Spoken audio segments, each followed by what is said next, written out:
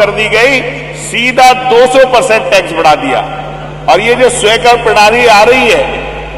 जिस तरह का स्लैब सरकार लेकर आई है,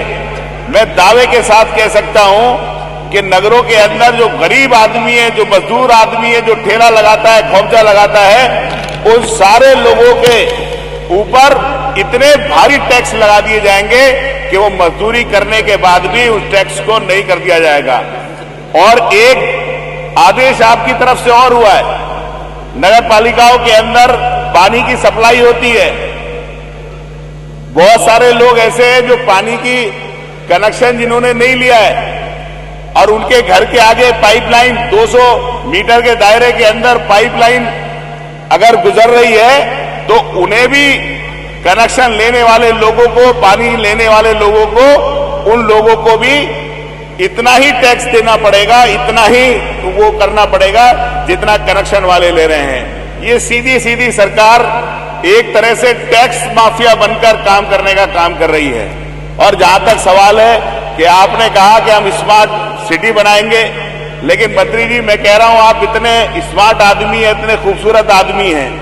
भगवान ने हमें जैसे बनाया है, लंबे चौड़े आदमी हैं, लेकिन भगवान ना करे हमारे अंदर कोई कमी हो जाए, भगवान ना करे हमारी आंख ना हो, भगवान ना करे, अल्लाह ना करे हमारा हाथ ना हो, तो वो स्मार्टनेस, वो खूबसूरती जो स्मार्ट सिटी आप कह रहे हैं वो खत्म हो जाती है। ये बात मैं इसलिए कह रहा हूं, मुरादाबाद को आपने स्मार्ट सिटी किया, लेकिन पूरे मुरादाबाद के अंदर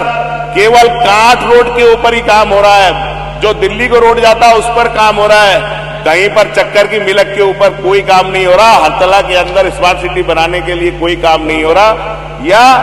करूले के ऊपर कोई काम नहीं हो रहा, जामा मस्जिद साइड में कोई काम नहीं हो रहा। मैं ये कहना चाहता हूं मंत्री जी, अगर पूरे शहर के अंदर स्मार्ट आप बनाएंगे तभी कोई आदमी आकर कहेगा कि जैसे हमारे मंत्री जी खूबसूरत है, संपूर्ण रूप से खूबसूरत है। जब मुरादाबाद को पूरे को आप खूबसूरत बनाएंगे तभी माननीय मंत्री जी आपकी स्मार्ट सिटी की सपना पूरा होगा। मैं आपसे अनुरोध करता हूं मंत्री जी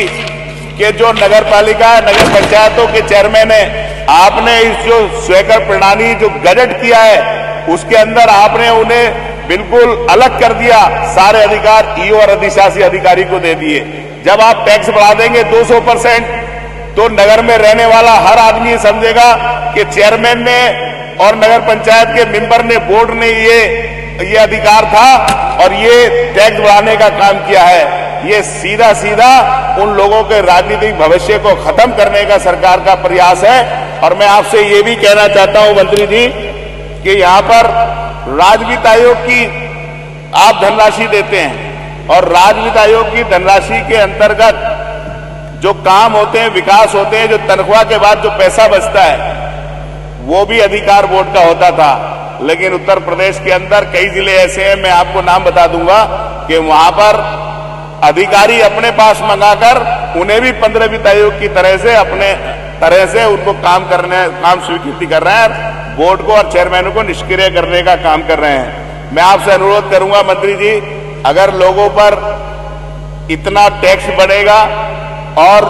यहां तक जो आप प्रधानमंत्री आवास दे रहे हैं, लोगों को घर दे रहे हैं, उनके ऊपर भी आपने भारी भारी टैक्स लगा दिया। एक तरफ तो कह रहे हैं कि ये गरीब लोग हैं, ये कमजोर लोग हैं, इन्हें हम घर दे रहे हैं, और आपने 50-50 गुना उन पर टैक्स लगा दिया। मैं आपसे कहना चाहता हूं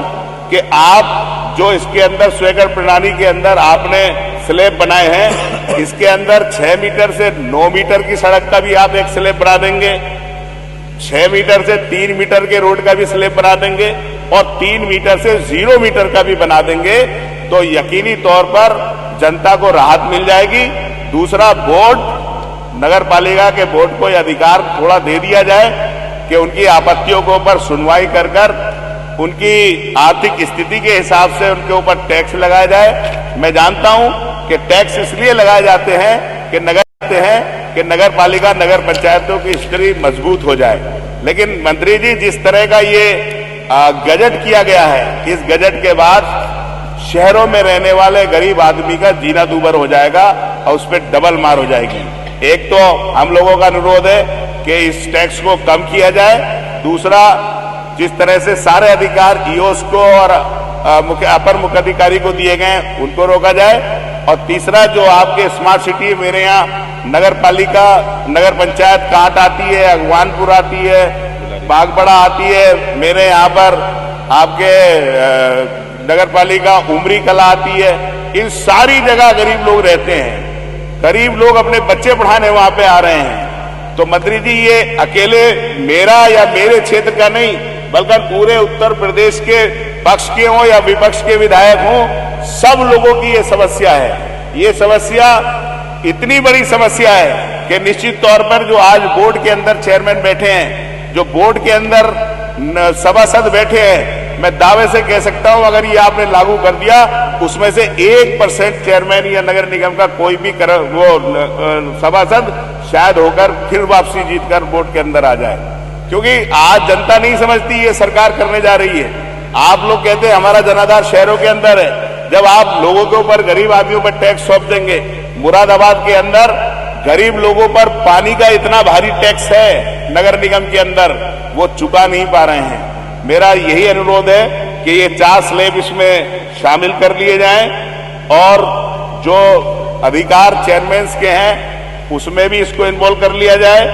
और जो प्रधानमंत्री आवास या दूसरी जो गरीब लोग हैं उन पे जो टैक्स लगाया जा रहा है उसको माफ कर दिया जाए, और जो पानी जो चला रहे हैं, जो कनेक्शन ले रहे हैं, उनसे टैक्स लिया जाए। लेकिन जो पानी का कनेक्शन नहीं ले रहे, इस्तेमाल नहीं कर रहे, उन पे जो टैक्स का आदेश आपका किया जाए उसे वापस ले लिया जाए। यही मेरी आपसे प्रार्थना है।